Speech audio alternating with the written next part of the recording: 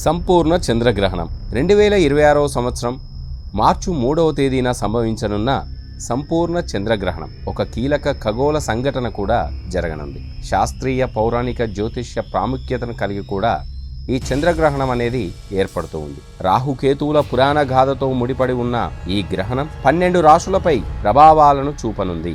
గ్రహణ నియమాలు, దాన ధర్మాలు, ఆలయాలలో ప్రత్యేక పూజలను జరుపుకోవడం చాలా మంచిది.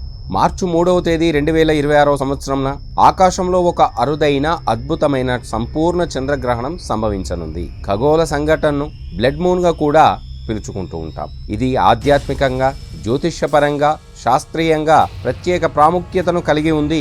ఈ చంద్రగ్రహణం అంటే సూర్యుడు చంద్రుడికి మధ్య భూమి వచ్చినప్పుడు భూమి నీడ చంద్రుడిపై పడడం.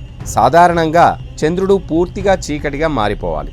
అయితే భూమి వాతావరణం అంచుల గుండా వెళ్లే సూర్యకాంతి వంగి అందులోని ఎరుపు రంగు కాంతి మాత్రమే చంద్రుడిని చేరుకుంటుంది.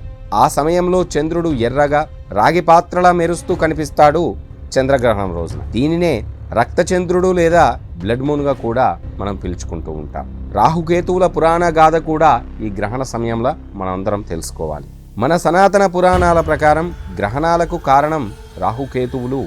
ఒకానొకప్పుడు దేవతలు, రాక్షసులు అమరత్వం కోసం పాలసముద్రాన్ని చిలికారు. అప్పుడు వెలువడిన అమృతాన్ని శ్రీ మహావిష్ణువు జగన్మోహిని అవతారంలో దేవతలకు మాత్రమే పంచడం మొదలుపెట్టాడు. ఆ సమయంలో స్వర్బానుడు అనే రాక్షసుడు దేవత రూపం ధరించి దేవతల మధ్య కూర్చొని అమృతాన్ని తాగాడు.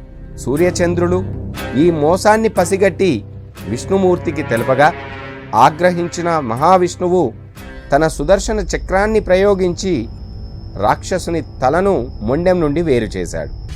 కానీ అప్పటికే అమృతం గొంతు దాకా వెళ్లడంతో ఆ శిరస్సు రాహువుగా, మొండెం కేతువుగా మారాయి. తమను పట్టించిన సూర్యచంద్రులపై పగతో ఈ 2 గ్రహాలు వారిని కబలించడానికి ఎప్పుడూ కూడా ప్రయత్నిస్తూనే ఉంటాయి.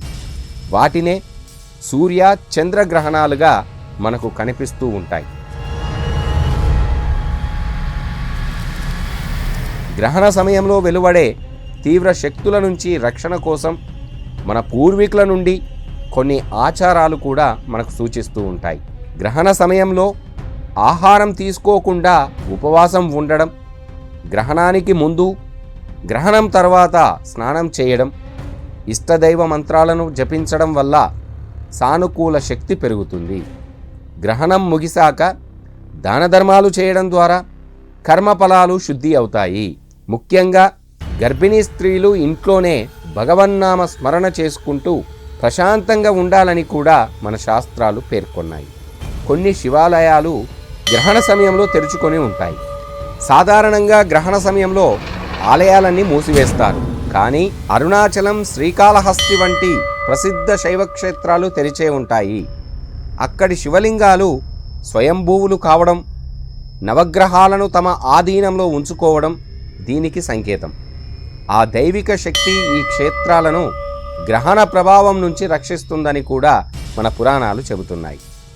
ఈ విశ్వశక్తి మార్పులను భయంతో కాకుండా ఆధ్యాత్మికంగా ఎదగడానికి ఒక అవకాశంగా స్వీకరించాలని కూడా మనకు పురాణాలు సూచిస్తూ ఉన్నాయి.